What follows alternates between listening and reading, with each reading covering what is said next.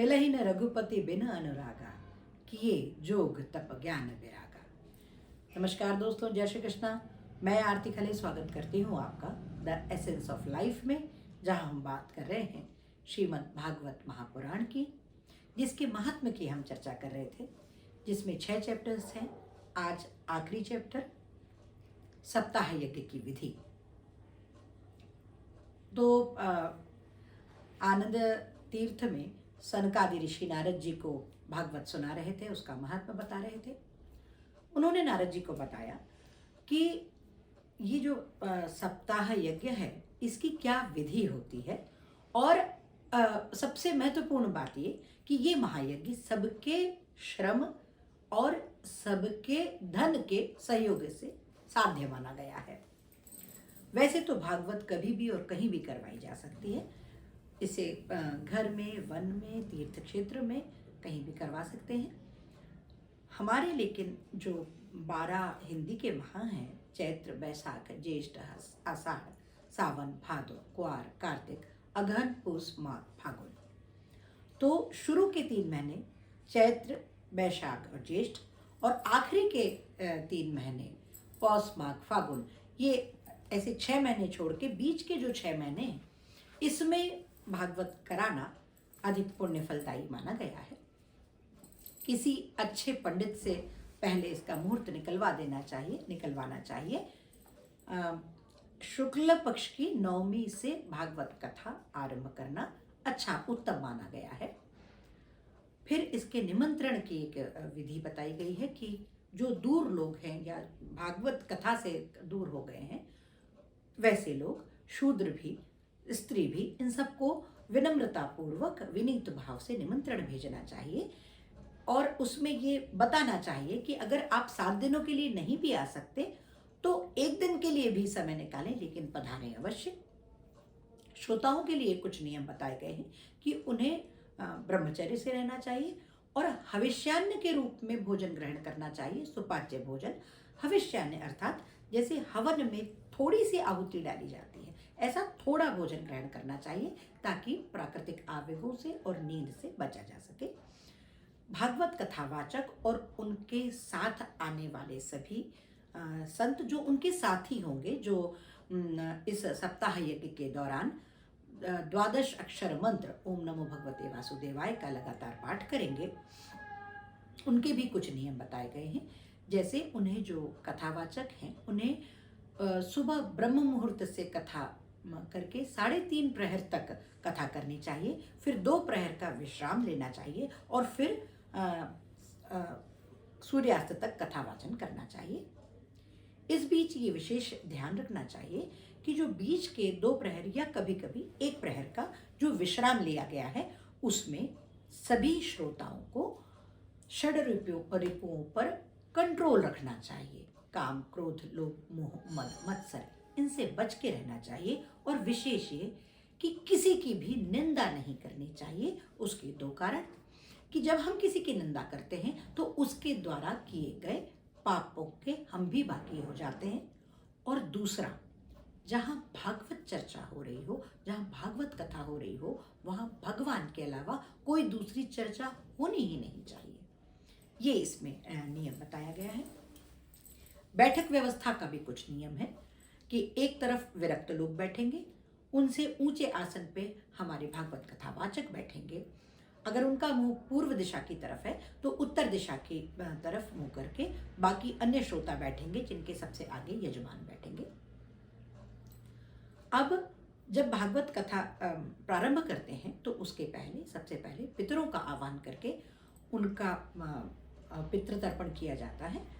एक मंडल की स्थापना की जाती है जिसमें भगवान श्री हरि विष्णु की स्थापना की जाती है और भगवान श्री कृष्ण का षोडशोपचार विधि से पूजन किया जाता है। इस पोथी का, भागवत कथा की पोथी का विनीत और विनम्र भाव से पूजन किया जाता है और भगवान से ये प्रार्थना करें कि आप पधारें और हमारे इस महायज्ञ को निर्विघ्न पूर्ण करवाने में हमारी मदद करें, हमें आशीर्वाद दें। विनीत भाव हमें पूरी कथा के दौरान रखना है और पूरे समर्पण के साथ में हमें ये कथा सुननी है। एक नारियल उस समय रखा जाता है और जो कथावाचक हैं उनका शुकदेव मुनि उन्हें शुकदेव मुनि का रूप समझकर उनका पूजन किया जाता है। उसके बाद में 7 दिन की सप्ताह 7 दिन का ये सप्ताह यज्ञ पूर्ण किया जाता है। 7 दिन में पूरी भागवत कथा कही जाती है। आखिरी दिन यज्ञ करने की अनिवार्यता है। जो गृहस्थ लोग अगर भागवत कराते हैं तो दशम स्कंद के मंत्रों से आहुति देकर वैदिक रीति से हवन करने का विधान है। और उसके बाद 12 ब्राह्मणों को भोजन करवा के यथाशक्ति यथोचित उन्हें दक्षिणा दी जाती है। कथावाचकों को और उनके सहयोगियों को यथाशक्ति दक्षिणा देने का विधान है। और इसी वक्त अगर हो सके तो गौदान और स्वर्णदान किया जाना चाहिए। तो सनकादि ऋषियों ने नारद जी को ये पूरी कथा की सप्ताह विधि बताई। और फिर शुकदेव जी जो ने सूत जी से जब पूछा कि इसके बाद ये जो कथा है ये एक बार तो शुकदेव जी ने सुनाई है, एक बार गोकर्ण जी ने सुनाई है, एक बार सनकादि ऋषियों ने सुनाई है, तो ये भागवत कथा कितनी बार हुई है? तो सूत जी ने बताया।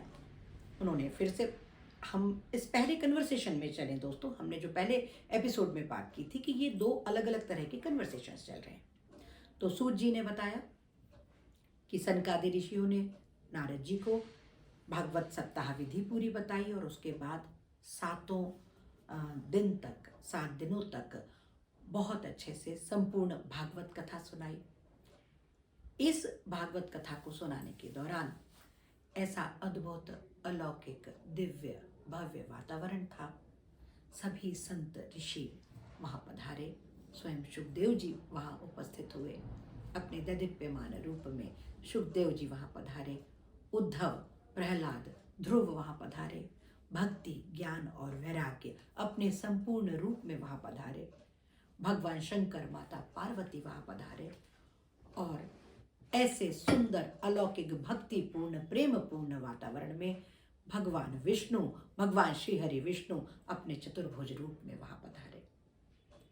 भगवान श्री हरि विष्णु ने प्रसन्न होकर नारद जी से पूछा कि आप सब देवताओं की, आप सभी की भक्ति से मैं बहुत प्रसन्न हूँ, आप वर मांगे। हमारे संत, हमारे ऋषि मुनि महान हैं इसलिए, जो स्वयं के लिए कुछ न मांगे वो महान। नारद जी ने कहा, भगवान जब कभी भी कहीं भी भागवत कथा हो आप उपस्थित हो जाना। भगवान तथास्तु कह के अंतर्ध्यान हो गए। फिर सूत जी ने बताया कि शौनकादि ऋषियों, भागवत 3 बार कही गई है। सबसे पहले शुकदेव जी ने परीक्षित जी को बताई, जो कि भगवान कृष्ण के चले जाने के बाद, परम धाम जाने के 30 वर्षों के बाद मार्गशीर्ष माह में शुक्ल पक्ष की 9वीं तिथि से प्रारंभ करके सुनाई गई। उसके 200 वर्षों के बाद में गोकर्ण जी ने धुंधकारी की मुक्ति के लिए भागवत कथा सुनाई है, जो कि आषाढ़ माह की शुक्ल पक्ष की 9वीं तिथि से सुनाई गई है। उसके 30 वर्ष के बाद में सनकादि ऋषियों ने नारद जी को ये कथा सुनाई है, जो कि श्रावण मास की शुक्ल पक्ष की 9वीं तिथि से सुनाई गई है 7 दिनों के लिए। इस तरह से 3 बार ये भागवत कथा कही गई है।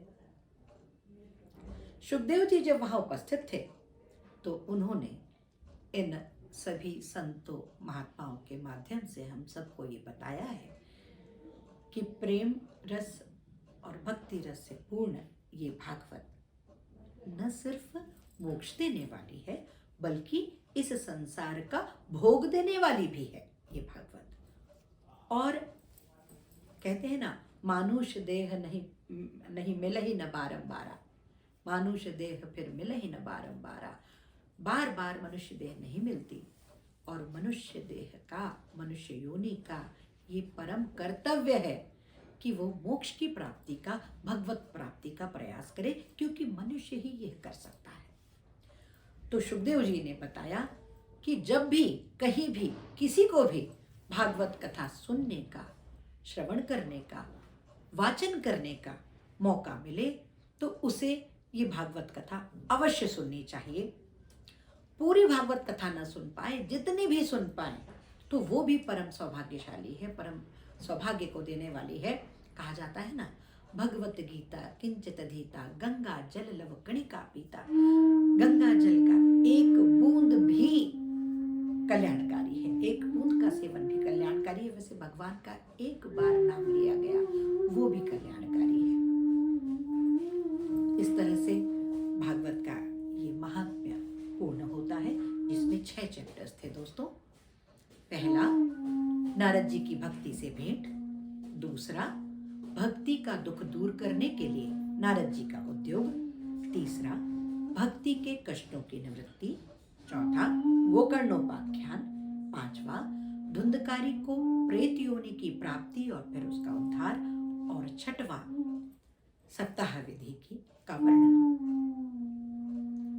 अब इस प्रेममय, भक्तिमय भागवत महापुराण के इस महासागर में गोता लगाने के लिए हम सब साथ में चलते हैं। जितना हो सके इस कथा का प्रचार करें और मेरे साथ माता सरस्वती को हम सब प्रणाम करते हैं, वो विराजमान हो। और आने वाले एपिसोड से, आने वाले वीडियोस से हम भागवत कथा के 18,000 श्लोकों की शुरुआत करेंगे। कृष्णार्पणमस्तु। जय श्री कृष्ण।